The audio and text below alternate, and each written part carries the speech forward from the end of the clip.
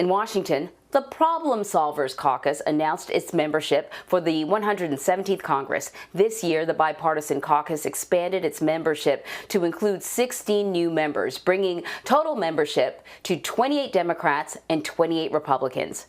The Problem Solvers Caucus was formed in 2017 as an independent member-driven group with the goal of finding common ground on issues facing the nation. That sounds good, right? For more on this now, let's bring in New Jersey Congressman Josh Gottheimer, Democratic co-chair of the Problem Solvers Caucus. Congressman, thank you so much for joining us.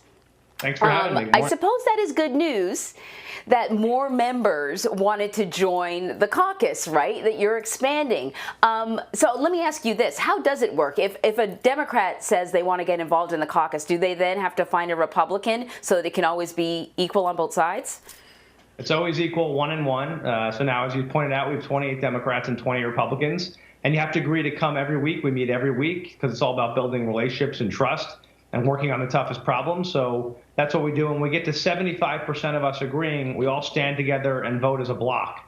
And the other big thing is that nobody in the caucus can campaign against anybody on the other side. So that really helps promote the unity that we look for in the group. Well, I got to tell you, when the announcement was made in 2017, very refreshing to hear. What a concept, working together across the aisle. But it has been a tough 4 years, I would say, when it comes to partisanship and division. What do you consider your accomplishments over the past 4 years, or since 2017? Yeah, what do you, and do you have anything that you would chalk up as a legislative accomplishment? Sure. Most recently, we have many. The good news is, when we come together and work together and govern, we often get things done. The tough time is sometimes getting news coverage for it because we don't fight.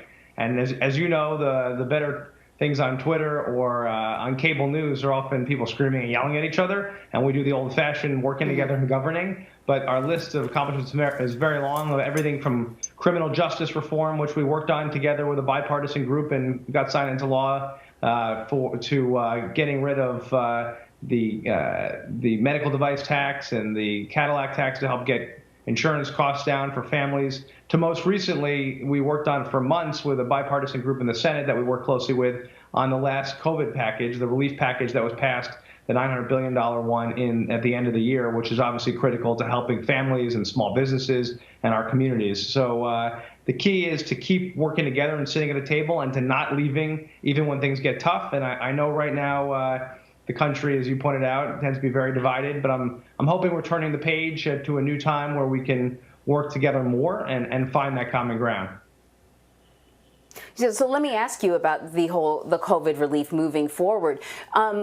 Your caucus had sort of previously kind of put together a package that I think was $1.5 trillion, something that you wanted to see. Obviously, that's not what was passed, but that's what you had initially supported. So we have, President Biden putting forth a $1.9 trillion COVID relief bill. Does that seem like something the problem solvers would support? Well, we've already been hard at work together on it. Obviously, it's what's in the package that matters. And as the president has pointed out, what we have to do now critically is to get out more resources for vaccine distribution and for testing. And we've talked to the White House about it. In fact, we have another conversation with them today as a bipartisan group about and working again with our Senate colleagues. There's 16 senators that we work very closely with. And our main mission is to see where you can actually get to enough numbers to pass the legislation. If it were up to me, based on what we initially had worked on, there's a lot of things that I want to make sure we get done, including resources for state and local governments, with more resources which didn't get done in December. Obviously, more help for unemployment insurance when March, the current extra help that we're giving to families is going to roll off. There's a lot of talk about direct checks to families who are working hard and struggling right now. So there are a lot of priorities in there that we've got to get out. We're still, of course, going to have to talk to each other and work it out. As the president said yesterday, he's open to negotiating and to get some of our Republican colleagues on board. That's what it might take to keep it bipartisan. But I'll tell you, I'm committed in terms of making sure to help this new administration to sitting at the table and finding a way forward here. So I think it can get done. What the ultimate package looks like, I can't really predict right now, but I'll tell you that I think we're going to have to get something done, given the fact that the virus continues to rage. This pandemic has gone on far longer than any of us thought. And as you know, we've lost in New Jersey here 30% of our small businesses. You're still at a very high unemployment rate. We've more than 400,000 people have lost their lives across our country, and so we still have work to do until we get these vaccines into everyone's arm. I love the idea of the Problem Solvers Caucus. It's admirable, especially considering the divisions that we're seeing in this country.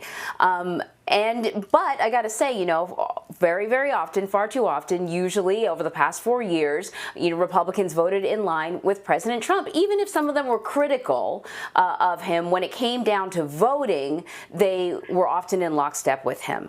Now we find, over 100 of your congressional colleagues objected to the certification of the election, President Biden's election. And this is after we saw, supporters of the president storm the Capitol. It seems that you would think that we couldn't get more divided, but it seems that the after effect of the Trump administration continues. I want to ask you, how do you find common ground when there are some sort of very basic differences of opinion, down to whether or not the outcome of the election should have been certified? That's a pretty huge gap. What do you do to find common ground? You're right to point that out, and you're right to point out that it's tough sometimes, and it can be really frustrating. And I'm sure for my colleagues on the other side, sometimes they're very frustrated with where we come out on things.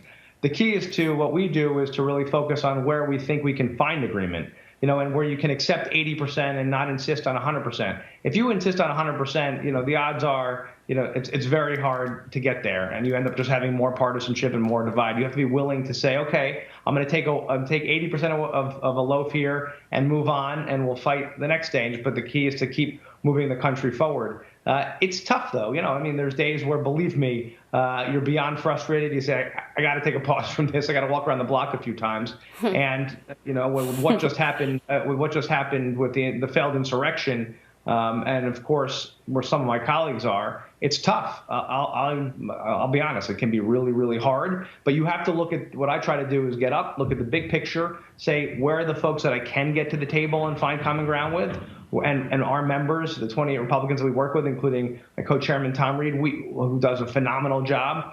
We talk multiple times a day, and we look at the places where we can lock in on agreement and say, okay, we're close there. Let's not fight about that. And the members we have in our caucus are really reasonable, common sense folks who I really put country ahead of party. And if you're willing to do that at the end of the day, and I think the president in his inaugural address really struck this tone. I think talking about, obviously binding the wounds, finding unity, looking for places where we can agree. And he said, he's a president for all Democrats and all Republicans. He said, give me a chance to lead for you. And I think we all have to give folks a chance. We're going to have to hold people accountable who deserve to be held accountable for what they did. Those who obviously all the failed insurrectionists and those who may have aided them, if we find that out with the facts. But we got to look at getting things done for the country right now. We have so much we're dealing with the economy, on the health front, and of course we have other major initiatives like infrastructure that have to get done down the road. So you got to keep moving forward. Well, Congressman, I'm really looking forward to what happens with the caucus and what it produces. I really like the idea of the rank and file membership having more influence within the party and within Congress. And so, thanks for spending some time talking to us, Congressman. Thanks so much, and I agree. We have to, for the country, get this done. So we're going to keep going. Have a good one. Stay safe. All right. You too.